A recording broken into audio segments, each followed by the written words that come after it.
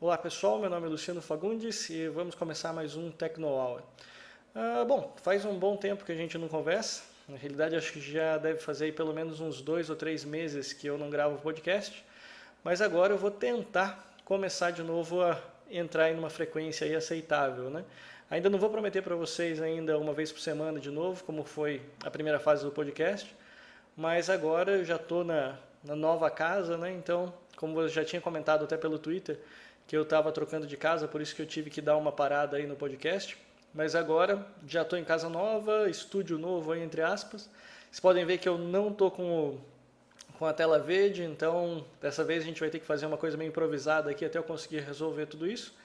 Mas eu acho que tem bastante coisa começando a acontecer aí e que vale a pena então a gente conversar. Eu vou fazer hoje meio que um resumão, mais ou menos naquele mesmo esquema que eu estava fazendo nos últimos podcasts, né, para a gente dar uma olhada em tudo que aconteceu da parte de tecnologia. E também, na realidade, já começar a preparar sobre o que vai acontecer aí para as próximas semanas aí.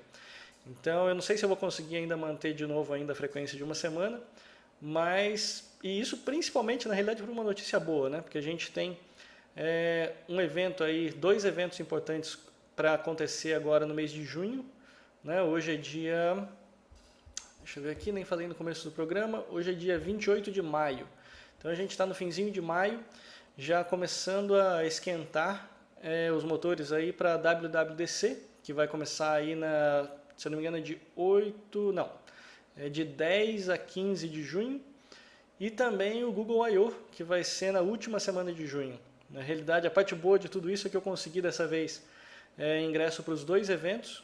Então eu devo sair aqui, eu vou ficar meio que o mês inteiro nos Estados Unidos, né? Porque daí não vale a pena eu ir e voltar. Então o que vai acontecer é que eu devo ir para a WWDC, sair aqui do Brasil no dia 8 de junho e voltar depois no dia 30 de junho ao encerrar o Google I.O. Então esse mês a gente vai ter de junho, a gente vai ter bastante coisa para falar aí com vocês.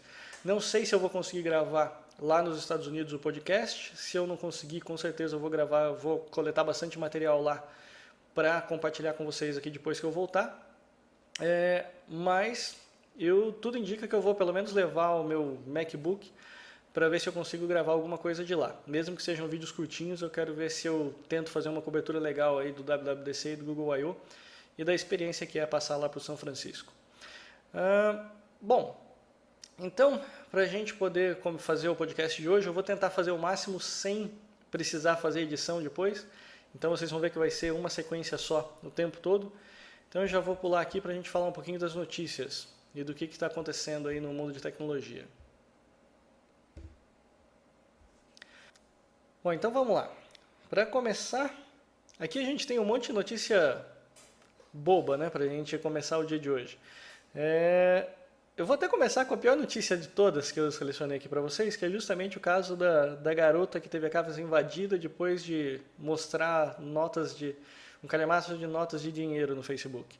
Então, aqui é aquela velha história, uma coisa que vale a pena a gente sempre deixar a notícia aqui, mais para vocês tomarem cuidado, né? Na realidade, uma coisa extremamente idiota que aparece no Facebook e que geralmente parece pegar todo mundo é o seguinte: a maior parte das pessoas seleciona a parte de privacidade para que os amigos dos amigos possam ver o seu perfil. Essa é a pior besteira que você pode fazer. Na realidade, se você entrar lá no Facebook e ver todas as suas propriedades, você tem lá que você pode deixar público, né, para todo mundo ver, você pode deixar para os amigos dos amigos, para os amigos, só para você. O ideal ali, na minha opinião, é que o mínimo de privacidade que você tem que ter é que você deixe o seu perfil somente para os seus amigos. Por que isso? Justamente porque você sempre vai cair na besteira de acabar fazendo parte de alguma comunidade, né, dentro do Facebook, de alguma empresa. E aí é o caminho mais fácil para qualquer ladrão ou qualquer tipo de hacker que seja descobrir todos os dados que ele precisa de você.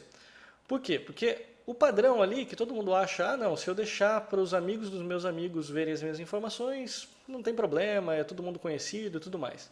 E aí você cai na besteira de entrar numa sociedade, por exemplo, do tipo, todos os motoqueiros da Harley, ou então amantes de Ferrari, ou o que quer que seja. E aí o que acontece? Você esquece que aquela página nada mais é do que uma pessoa. Então, você acaba ficando amiga daquela página ali, ou amigo daquela página ali, daquela comunidade, que acaba tendo um monte de membro e que acaba aceitando depois a amizade de qualquer pessoa. E aí o que acontece? Qualquer pessoa que esteja interessado em ver o seu perfil, não precisa chegar e pedir para você para ser seu amigo. Ou seja, ele pode simplesmente chegar, ver, buscar ali, descobrir quais são as comunidades que você deve gostar, e a partir dali você pega e entra numa daquelas comunidades. Então, a partir daquele momento, você acabou de abrir seu perfil para qualquer pessoa que esteja interessada. Mas, fica aí a dica. Na minha opinião, guarde todas as informações pessoais para você. Se você quer mostrar para alguém, na pior das hipóteses, mostre para os seus amigos. Na sequência, eu resolvi deixar aqui também tocando, que tem um videozinho bem interessante. Vou tocar um pouquinho para vocês. É um novo tipo de interface gráfica que o pessoal do MIT montou para o iPad. Na realidade, a gente já está acostumado a ver a parte de realidade aumentada.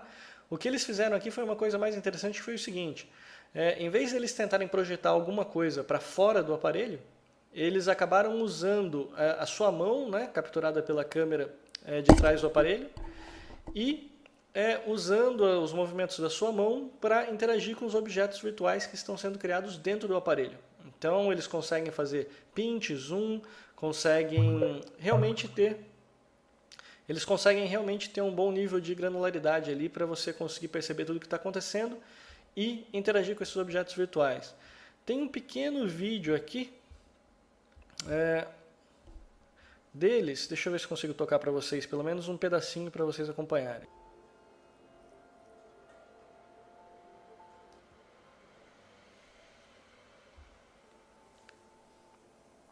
Então vocês podem ver que tem toda uma sensação de profundidade ali, né, que ele vai desenhando, então ele vai tirando toda uma parte de 3D. Próximo daquele software que a gente viu há muito tempo atrás, o String, né, que ele consegue também trabalhar com essa parte de realidade aumentada. A grande diferença aqui é que vocês podem ver que a própria movimentação dos dedos e tudo mais que ele está fazendo ali são detectadas então pelo sistema, e com isso ele consegue fazer toda a manipulação dos objetos virtuais que estão na tela. Então essa seria também uma possibilidade bem interessante de interface 3D para o futuro do iOS. Bom, a gente tem vários minutos de vídeo aqui, então eu não vou tocar tudo para vocês, mas vale a pena depois vocês darem uma olhadinha no site da Info, né, que é onde apareceu aqui, que lá vocês conseguem ter mais informações então sobre essa nova interface gráfica criada pelo pessoal do MIT.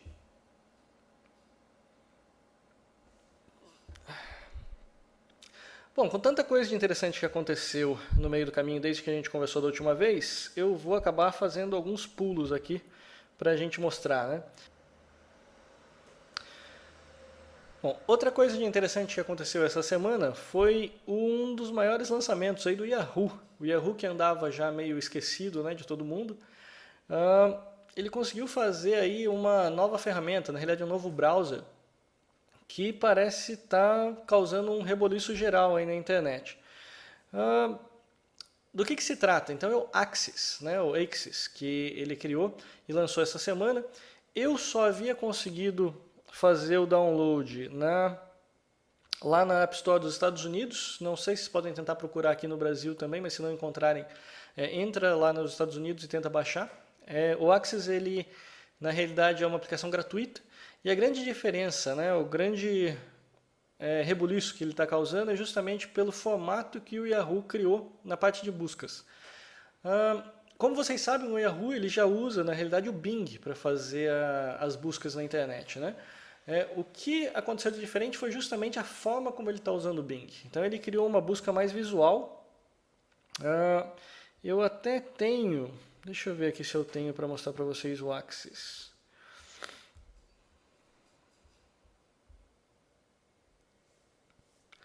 Então aqui está a carinha dele. Na realidade ele é um browser, né, misturado aí com a parte de busca. Então eu posso procurar, vamos tentar procurar aqui TechnoHour, vamos ver o que a gente acha. Então a grande diferença que vocês vão ver é justamente na parte visual dele. Se vocês repararem, ele já começou a mostrar aqui o TechnoHour à medida que eu fui escrevendo, e ele já foi na realidade me trazendo vários possíveis respostas aqui para minha busca. Então, ele mudou meio que o paradigma, né? A gente está acostumado com aquele retorno no formato de lista.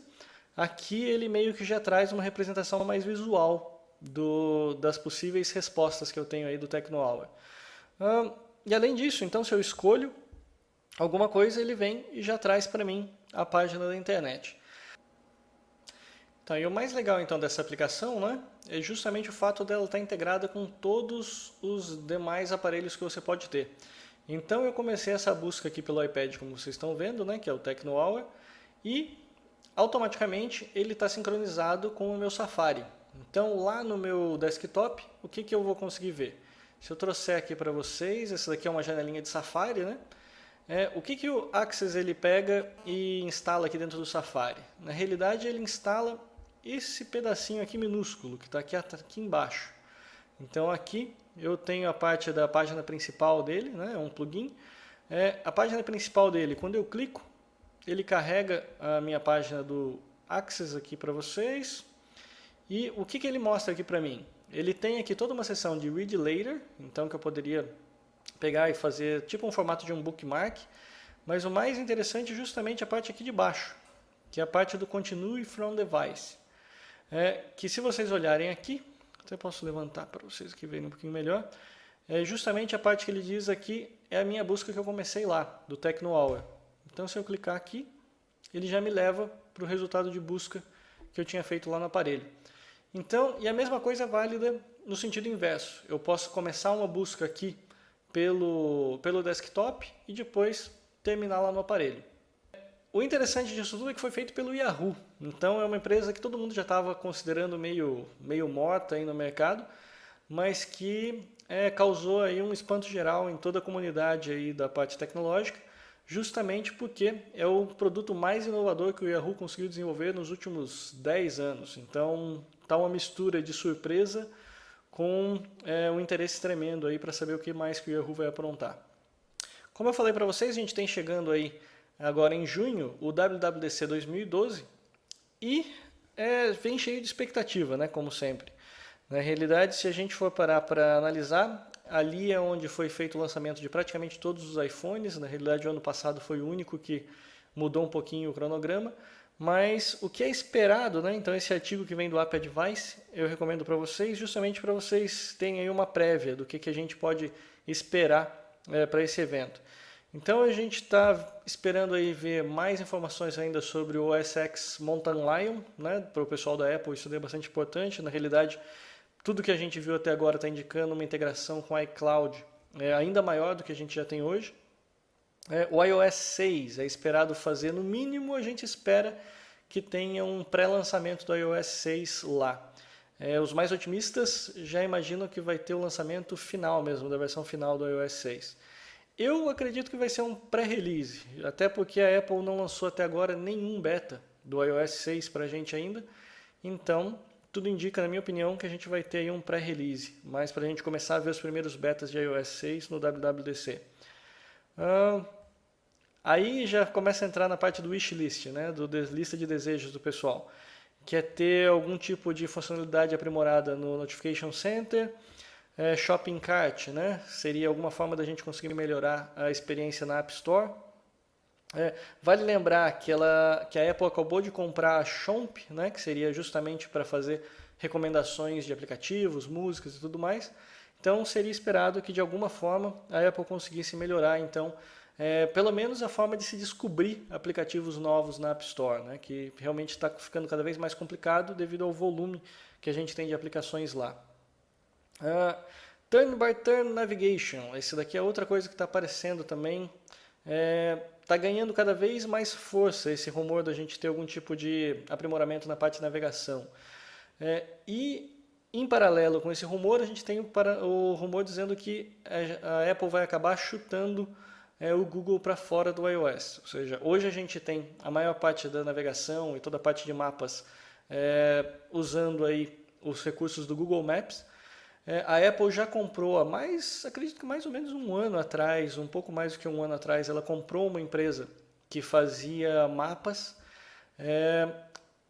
Digamos que ela comprou e nunca fez nada com ela até agora. Então é esperado que pelo tempo que tem de incubação esse projeto dentro da Apple, ou seja, pelo tempo que a gente já tem aí que foi comprado a empresa de mapas, já está na hora da Apple lançar alguma coisa. Então é esperado que isso daí vai chegar também com a próxima versão do iOS. Siri. O Siri está ficando meio chato. Na realidade, aqui para o Brasil a gente não tem ainda essa funcionalidade. A gente até consegue usar se for com o Siri americano, nas versões do iPhone 4S.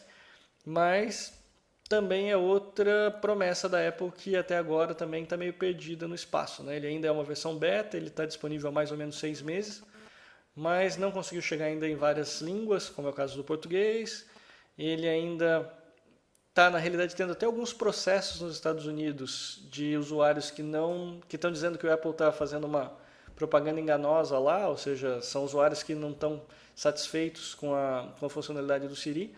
Então também está na hora da Apple conseguir fazer algum tipo de aprimoramento no Siri. Música, a gente já tem aqui, multitask. Na realidade, já puxando uma outra coisa que aconteceu esses tempos aqui. Um brasileiro, eu não tenho essa notícia para vocês, mas eu posso até procurar para o próximo podcast. Um brasileiro conseguiu desenvolver um controle de janelas, né, para o iPad.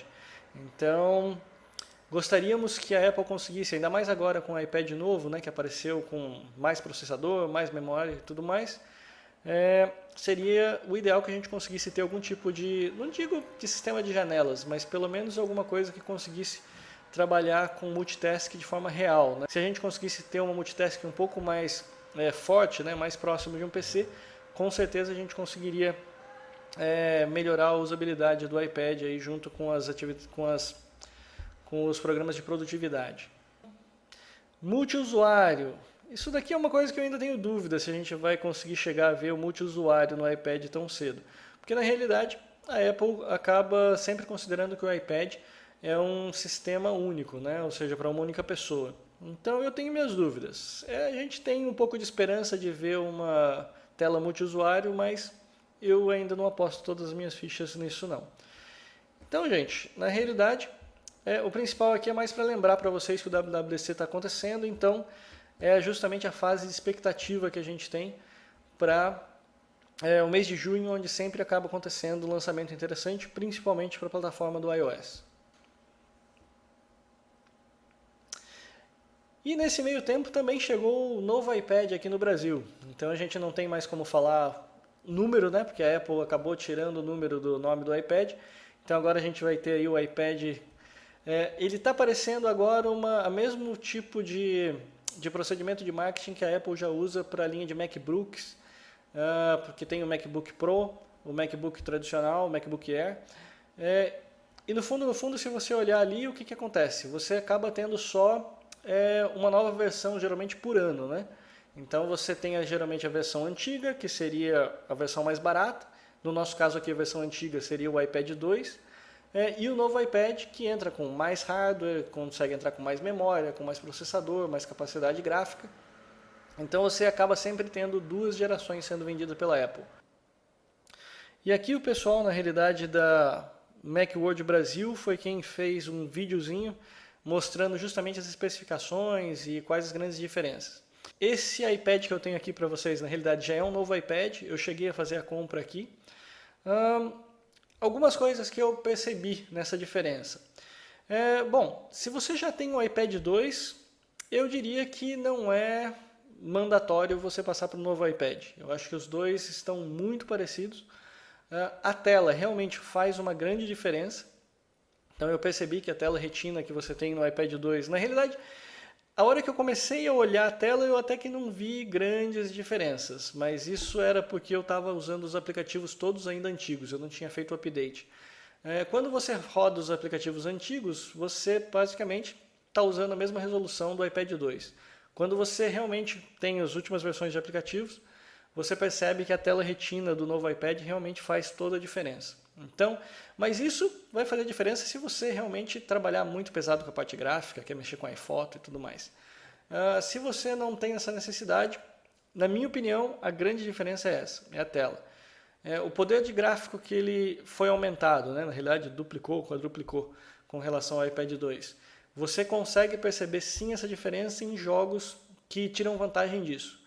No caso, o principal jogo que eu testei aqui foi o Nova 3, que realmente ele usa o engine do Unreal, né, que seria o mesmo do Infinity Blade, e nele você realmente sente a diferença. Você percebe que você não tem nenhum tipo de pulo dos frames, os frames estão sempre funcionando direitinho. Mas para 99% das aplicações, não senti grande diferença. Então, pelo preço, eu diria que acaba valendo a pena até comprar um iPad 2. Um outro debate que apareceu com o lançamento do iPad 2 é a questão do preço. Para quem andou dando uma olhadinha aí nos preços aí da Apple, percebeu que dessa vez o iPad e o iPhone eles sofreram mudanças drásticas no preço, baixaram muito, chegaram a baixar. Logo depois do lançamento do iPad, a Apple fez também ele abaixou o preço do iPhone, chegando em alguns modelos a quase R$800 de abatimento de preço.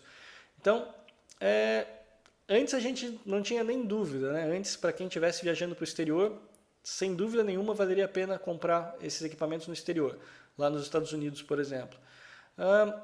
Eu acabei achando que não vale mais a pena com os novos preços que a Apple está trabalhando. Eu não sei como é que o dólar vai ficar aqui no Brasil, não sei se ele vai subir, diminuir, não sei se esse preço vai ficar estável ou não na Apple, mas hoje, eu lembro que eu fui fazer as contas, eu comprei o iPad de 64 GB, né, com 3G,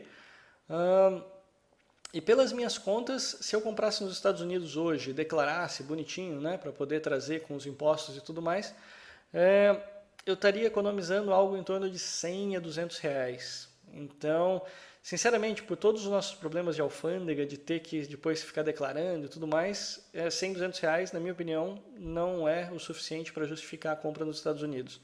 Se você quiser correr o risco, né, e não é um viajante muito frequente, e quiser comprar nos Estados Unidos, obviamente lá é muito mais barato, principalmente se você não for declarar imposto. Mas, para evitar dor de cabeça e declarando imposto e tudo mais, não tenho dúvida nenhuma de que vale a pena comprar um iPad aqui no Brasil. Então, fazendo as contas bonitinho, você chega lá e você vê que você vai estar economizando muito pouco para justificar a dor de cabeça. Uma notícia geral da parte de tecnologia aqui para a gente falar rapidinho. Essa daqui vai para os developers de plantão, né? Então, principalmente o pessoal que gosta de trabalhar com a área aeroespacial. A NASA ela está começando a disponibilizar praticamente um grande volume de dados que eles têm lá, justamente porque eles querem fomentar o desenvolvimento de aplicações de apps de terceiros usando os dados da NASA. Então eles criaram todo um conjunto de dados, todo um API que você pode usar e começar a criar isso daí e usar esses dados dentro da sua aplicação. Então, para quem tem interesse nessa área aeroespacial, eu recomendo que dê uma olhadinha nisso. No site aqui da Mashable.com tem lá toda a notícia. Mais uma vez, a gente já chegou a falar, né, sobre o Codeia, né, um tempo atrás, que seria para o desenvolvimento de software no iPad. Aqui a gente tem agora o Coda 2, né, o Dite Coda, que é, na realidade, uma app para você conseguir criar recursos de HTML. Então ela já tem toda uma parte ali preparada já para você fazer edição toda via iPad mesmo, com emuladores e tudo mais. Então, fica a dica aqui também para vocês darem uma olhadinha no Coda 2 ou Dite Coda para você poder fazer o desenvolvimento de HTML no iPad. Aqui é uma notícia meio follow-up. Há um bom tempo atrás, na realidade, acho que lá para no fim do ano passado, acredito, eu já tinha comentado sobre o caso aqui da GameStop, onde eu falei para vocês, né, que os tablets Android ainda estavam maus das pernas, não estavam conseguindo andar, e tinha uma iniciativa da GameStop que, na realidade, eles foram muito espertos. O que eles fizeram? Ao invés de eles criarem um tablet próprio, eles iam começar simplesmente a pegar os tablets Android na troca, seja por videogames e tudo mais, né? Eles são uma rede de videogames lá nos Estados Unidos, e iam começar a colocar o próprio software em cima daqueles tablets, que é na realidade uma coisa que é permitida pela comunidade Android, né? Ou seja, uma vez que você tem uma comunidade aberta, ninguém tem controle sobre o código-fonte, nada impede que uma empresa pegue, crie um outro sistema operacional baseado no Android e coloque nos tablets. Então, o que eles estão fazendo aqui, na minha opinião, é uma estratégia é matadora. Eu acho que realmente tem tudo para dar certo. Como eles são uma loja de games, o que eles fizeram? Eles provavelmente devem ter feito acordo com uma tonelada de empresas de game, né? E eles criaram então um sistema Android já pré-carregado com centenas de títulos. Então, o que eles vão fazer? Eles pegam então e fazem meio que uma reciclagem do seu tablet Android. Se você quer comprar um tablet e você comprar um tablet Android em qualquer outro lugar, você vai estar comprando provavelmente com o sistema operacional Google padrão e vai ter a opção depois de entrar na lojinha e comprar lá no Google Play, né? Você vai entrar lá e vai comprar todos os jogos que você quiser. E aí, ou seja, às vezes você vai gastar 200, 300, 400 dólares no hardware e depois mais 300, 400 dólares em jogos. O que a GameStop tenta fazer é justamente criar um valor agregado ali para eles, de forma que eles possam vender já os jogos para você dentro do próprio tablet. Então eles já criam lá o pacote, deixam dentro do tablet lá, então quando você for na GameStop comprar o tablet deles, já vai vir com pré-carregado com centenas de jogos ali para você. E como eles conseguem fazer isso? Por eles já serem um distribuidor de jogos, eles devem ter algum tipo de facilidade com os developers, e com isso eles conseguem na realidade lucrar em cima dos jogos, o que faz com que eles consigam vender o tablet praticamente no mesmo preço de mercado, ou às vezes um pouquinho mais barato, porque às vezes eles pegam inclusive esse tablet de segunda mão ou por troca de Eles fazem muita troca lá nos Estados Unidos, então eles podem chegar, por exemplo, levar o meu iPad para eles e trocar por 3 ou 4 jogos de PS3, alguma coisa assim. Então, eles às vezes pegam esses tablets todos então na troca, carregam ali com um monte de software e vendem o tablet de novo com preço às vezes até maior do que o normal. Por quê? Porque já tem um monte de jogo carregado. Então, essa forma de reciclagem é que eu achei bastante interessante. Eles já tinham anunciado isso há pelo menos uns 4, 5, 6 meses atrás, e agora, pelo visto, eles estão começando a colocar isso em prática. Tem uma loja GameStop lá a uns 2 quarteirões de onde eu vou ficar nos Estados Unidos, lá para o WWDC. Então, eu vou acabar dando uma olhada lá, quem sabe eu tiro algumas fotos ou faço algum vídeo desses tablets funcionando. Vamos ver o que eles têm lá para mostrar para a gente. Beleza, no meio do caminho aqui a gente teve também o lançamento do Diablo 3, né, que é o jogo, de longe, o jogo mais rápido a ser vendido, né, no mundo, nos últimos, desde sempre. Eu não cheguei a jogar ainda esse jogo, então eu não posso dizer ainda se ele é bom ou se ele é ruim, mas por tudo que eu ouvi falar, ele na realidade acaba sendo só uma expansão do Diablo 2. Então ele tem gráficos melhorados e tudo mais. Depois de 10 anos aí a gente já podia esperar isso. E ele traz então aí mais algumas horas de diversão para o pessoal que estava acostumado com Diablo 2.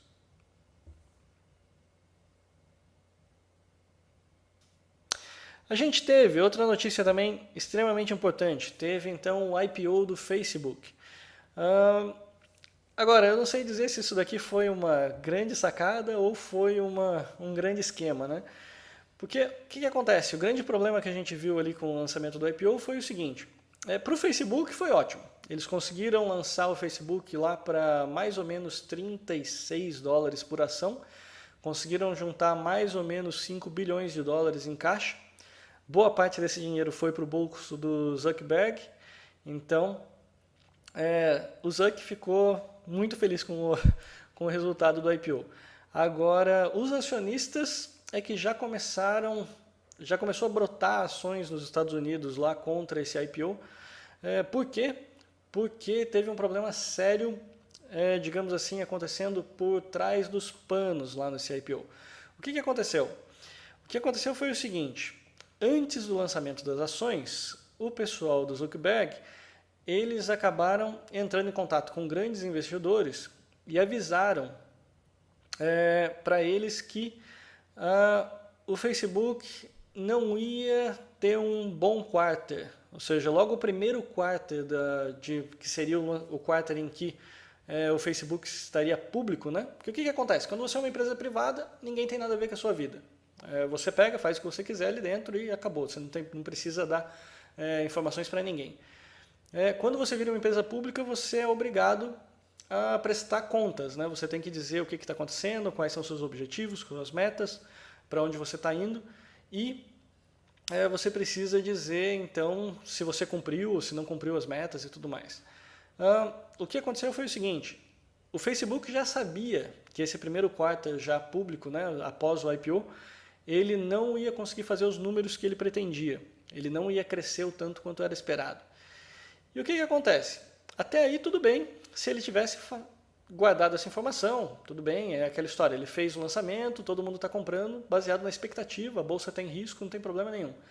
O problema todo que aconteceu foi o seguinte, eles abriram essa informação apenas para investidores selecionados. Então aí é que começa o problema. Então o que acontece? Aquele José da esquina lá, que achou que, poxa, eu vou comprar ação do Facebook porque eu vou virar milionário daqui a 2 meses.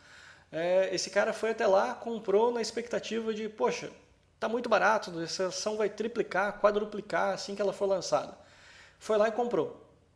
Por quê? Ele não tinha esse tipo de informação. Ele não sabia de resultados, não sabia de nada. Já os, digamos assim, os grandes bancos, os grandes investidores foram avisados que essa ação não necessariamente ia ter esse crescimento exponencial logo de cara e que os números não seriam tão bons no começo, que foi o que acabou causando um certo estranhamento no pessoal no mercado, justamente por quê? Porque a expectativa era lançar e triplicar o valor. Não foi o que aconteceu, foi lançado e ele até deu uma caída na realidade, chegou em $27, alguma coisa ali por ação, então ele está flutuando ali nos 27,35, mas não foi nenhum tipo de lançamento espetacular de ações, não foi nada que cresceu exponencial, nada do gênero. E é o que eu falei para vocês, na realidade eles tiveram 2 pesos, 2 medidas. Os grandes investidores acabaram não recomendando tantas ações, por quê? Porque eles já sabiam que os números não iam ser tão bons logo na sequência. E por outro lado, o Zezinho da esquina lá que comprou a ação, não sabia de nada e comprou e acabou às vezes até perdendo um pouco de dinheiro se ele comprou e já vendeu logo de cara. Então, foi um processo mais uma vez complicado para o lado do Facebook. A gente brasileiro, a gente nem tem como comprar essas ações ainda, né? Pelo menos eu não fiquei sabendo de nenhum fundo disso. Mas esse é um IPO que ainda parece dar muito pano para manga. Até porque a última coisa que eu vou dizer para vocês é que esse não é um IPO comum. O que acontece? O comum é você ter então agora uma mesa de diretores, ter conselheiros e tudo mais acontecendo. Mas a verdade é que o Facebook, mesmo depois de virar público, todo o controle dele ainda continua pertencendo ao Mark Zuckerberg. Então, a verdade é, se você está comprando alguma coisa, uma ação do Facebook, você na realidade não está apostando tanto no Facebook propriamente dito. Por quê? Porque o Facebook depende única e exclusivamente da vontade do Mark Zuckerberg ainda. Então, isso é uma coisa que não é tradicional. Se você olhar para uma Apple, se você olhar para uma Google, para todas as empresas que você tem de capital aberto, existe toda uma previsibilidade, digamos assim, do que vai acontecer. Por quê? Porque uma mesa diretora colocou um CEO e aquele CEO está ali para você, digamos assim, cumprir as metas. Já no caso do Mark Zuckerberg, ele pode sentar lá, falar, olha, eu vou comprar o Instagram por $1 bilhão e não dizer nada para ninguém, digamos assim, não escutar ninguém, nenhum tipo de conselho, nem nada sobre vale a pena ou não vale a pena. No fundo, quem está comprando a ação do Facebook hoje está comprando uma ação do Mark Zuckerberg. Aí a gente teve a saia justa do ano, que foi o ex-CEO agora, né? Ex-CEO do Yahoo, que foi demitido após mentir no currículo. Então, é aquela história, eu já ouvi um tempo atrás aqui no Brasil o pessoal falando que ia fazer uma lei proibindo mentir no currículo e tudo mais. Eu não acho que precisa de lei para isso, né? Mas aqui o que aconteceu é exemplo claro, né? Por algum motivo estúpido da cabeça desse cara, ele colocou no currículo dele que ele era formado em ciência da computação e também era formado em administração de empresas. Por que estúpido? Porque, seguinte, esse cara ele já era, digamos assim, consagrado no mercado. Ele já era um bom CEO, já tinha trabalhado no eBay antes, já tinha feito bons resultados, tinha começado a trabalhar bem no Yahoo, mas, eu sei lá, estupidez, eu não consigo achar outra palavra para isso.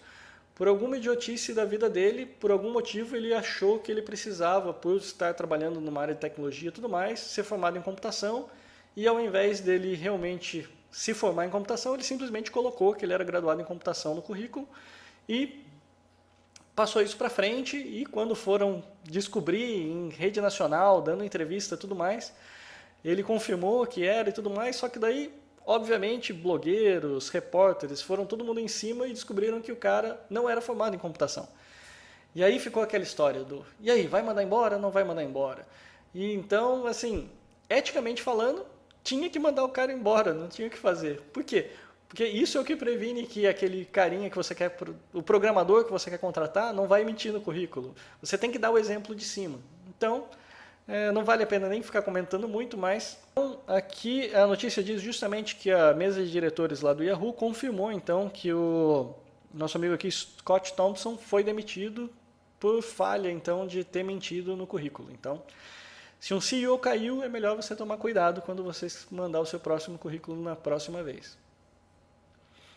Tinha aqui uma notícia também da importante pessoal do Android. Na realidade, a gente já tinha acompanhado aquela história da briga de patentes entre o Oracle, né, a Oracle e a Google, que era justamente referente às APIs Java, né?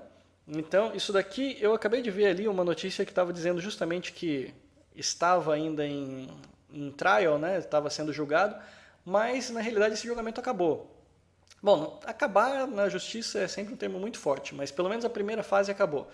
E chegaram à conclusão de que a Oracle não infringiu, na realidade, chegaram à conclusão de que a Google não infringiu patentes da Oracle com relação ao Java.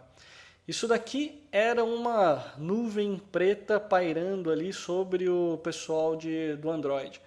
Por quê? Porque se isso acontecesse, ia ser um precedente tremendo para que a principal tecnologia, né, na realidade o core do Android, que é justamente uma máquina virtual Java criada pelo Google, caísse. E se realmente caísse, isso teria consequências gravíssimas aí para todo o Android. Na melhor das hipóteses, caso o Google resolvesse licenciar da Oracle, isso ia representar um aumento no valor dos smartphones. Por quê? Porque ele teria que pagar algum tipo de royalty para a Oracle para cada smartphone vendido. Então, a parte boa é que chegou nessa última semana também, se eu não me engano foi justamente 1 ou 2 semanas atrás, chegou-se ao veredito então, e o juiz decidiu que não houve quebra de direitos autorais. E com isso então a Google pode respirar um pouco mais aliviada, mas obviamente que a Oracle vai na realidade recorrer, o que vai fazer então que essa briga continue se arrastando um pouco mais na justiça ainda.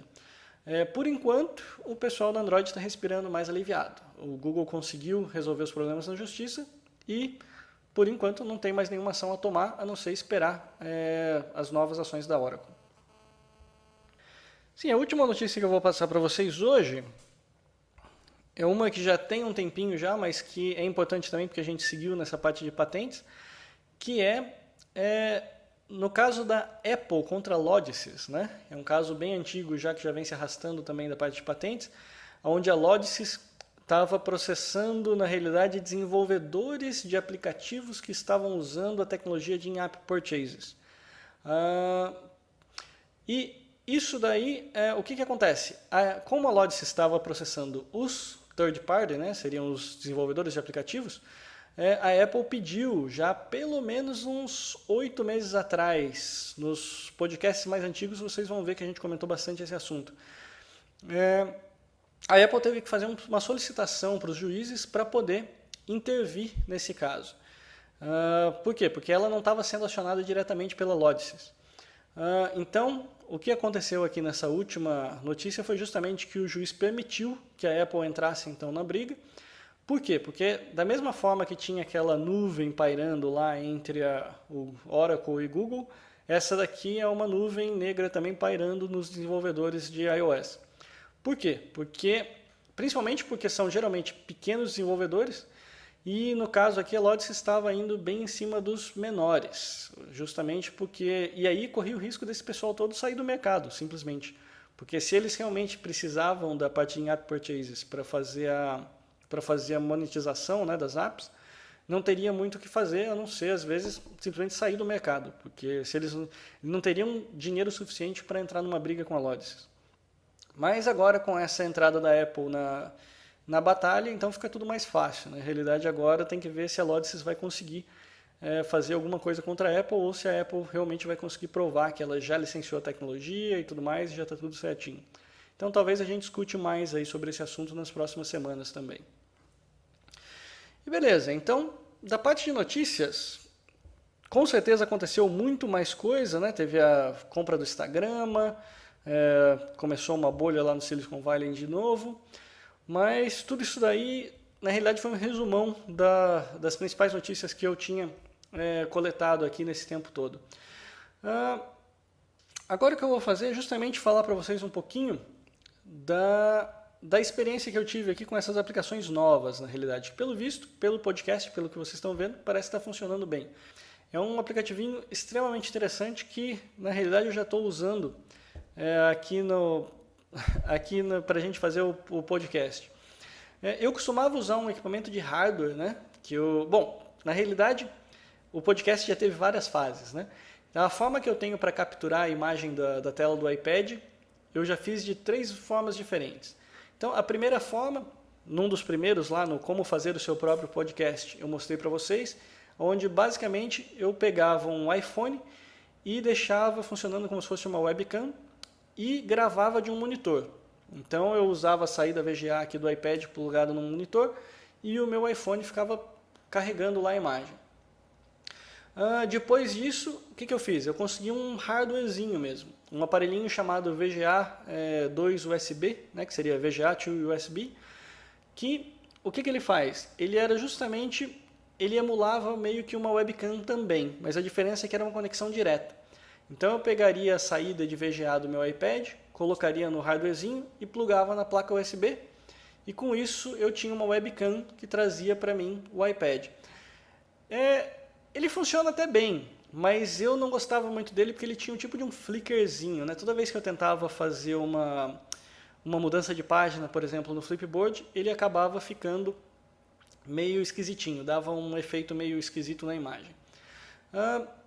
Agora, a terceira fase do podcast, que é o que eu vou mostrar para vocês hoje, eu estou usando um carinha chamado AirServer. Então, como é que eu vou mostrar para vocês? O AirServer ele é uma aplicaçãozinha para o Mac e a funcionalidade dele é justamente emular uma Apple TV. Então, deixa eu ver se eu consigo mostrar para vocês daqui. Vamos lá. Eu puxei aqui a tela para vocês darem uma olhadinha, né? Para focar aqui na parte de cima da tela. E aqui, na realidade, quando você instala o AirServer, ele nada mais é do que um menuzinho que aparece aqui na barra de tarefas aqui do Mac. Então, como eu falei para vocês, ele simula uma Apple TV. Então, a única coisa que eu preciso fazer aqui é instalar esse carinha. Automaticamente é como se eu estivesse colocando uma Apple TV nova na minha rede. A diferença é que ele está rodando no meu Mac. Ele quase não tem muitas opções, na realidade, para você fazer. Justamente porque ele simplesmente funciona. Qual é o papel dele? É justamente fazer o broadcast dizendo que ele é uma Apple TV. E aí, o que acontece? Lá no iPad 2 ou no novo iPad, se vocês se lembrarem, existe o recurso de espelhamento na Apple TV. Então, normalmente você tem uma Apple TV conectada num monitor, né, de tela grande e tudo mais, numa TV, e eu posso espelhar então toda a minha tela lá naquele monitor. Como eu transformo o meu iMac aqui numa Apple TV, eu simplesmente preciso entrar, então, deixa eu mostrar a tela do iPad para vocês de novo. Então, o que acontece? Aqui no meu iPad, eu só preciso fazer o espelhamento. Então, o que eu faço?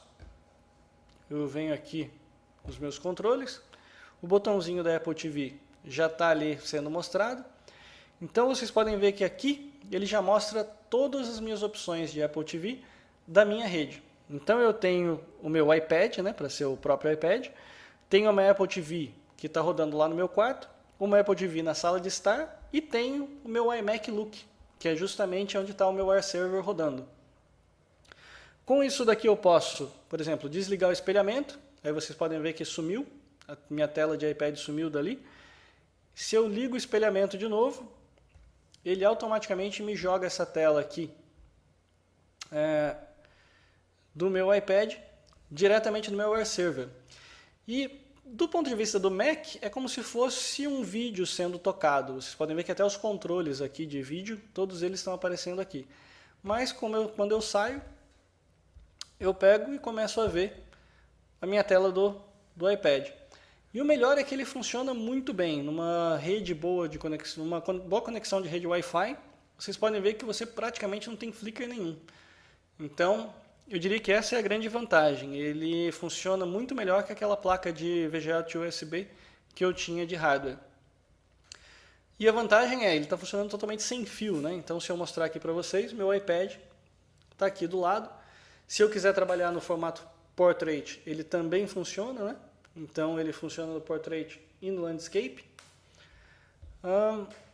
Então, realmente essa é uma boa opção. Então, principalmente para o pessoal que quer fazer podcast ou para o pessoal que quer fazer algum tipo de demonstração usando o iPad, vale a pena você ter esse equipamento. Por quê? Porque você pode pegar e gravar da tela, como eu estou fazendo aqui agora, ou se você quiser fazer uma demonstração, por exemplo, que você tenha o seu MacBook Air, você pode levar, plugar o MacBook Air num projetor, fazer sua apresentação normalmente, e na hora de precisar mostrar algum aplicativo do iPad, você habilita então o espelhamento e você consegue usar. Vale lembrar que sempre precisa estar com uma rede funcionando.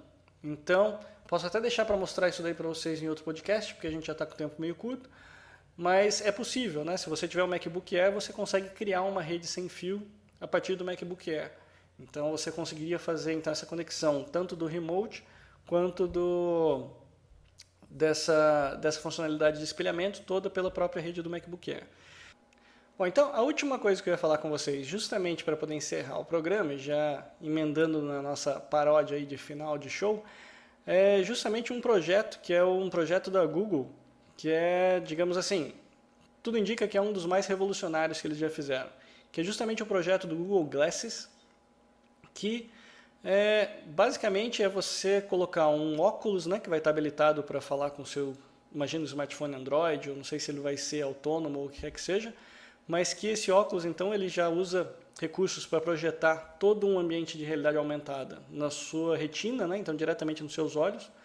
Então meio que muda a forma de você visualizar o mundo.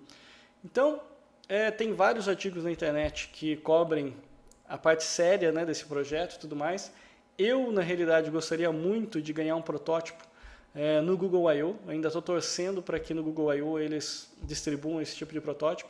Não estou muito esperançoso, mas gostaria muito de receber um se eles forem distribuir lá. Então, um dos motivos de eu estar indo no Google I/O é justamente para tentar receber um pouco dessa tecnologia nova.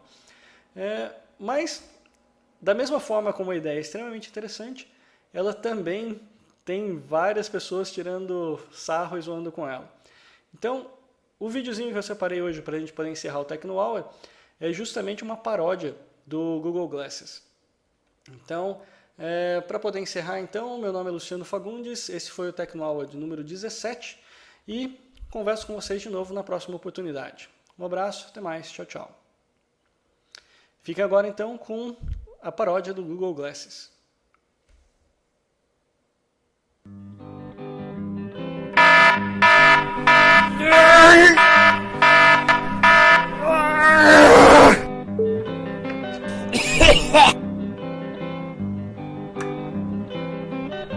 Piece of shit. What the fuck is this? Open Twitter. Open Twitter. Who left the stove on? Question mark.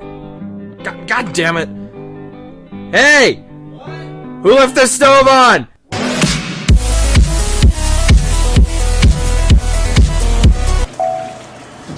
Oh my god, leave me alone. Hey, how do I uninstall Google Plus?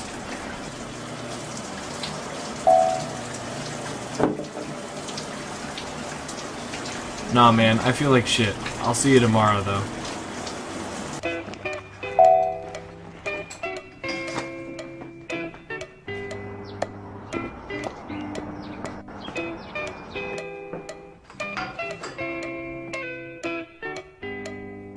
Yeah, just give me a pack of American Spirits.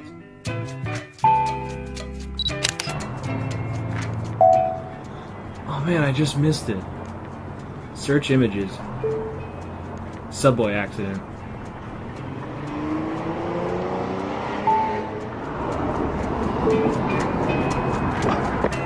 Hey, man! How are you? You look fine. Hey, is that the Google Glass? Looks good. You want to go to that food truck I told you about? Yeah, come on. You'll love it.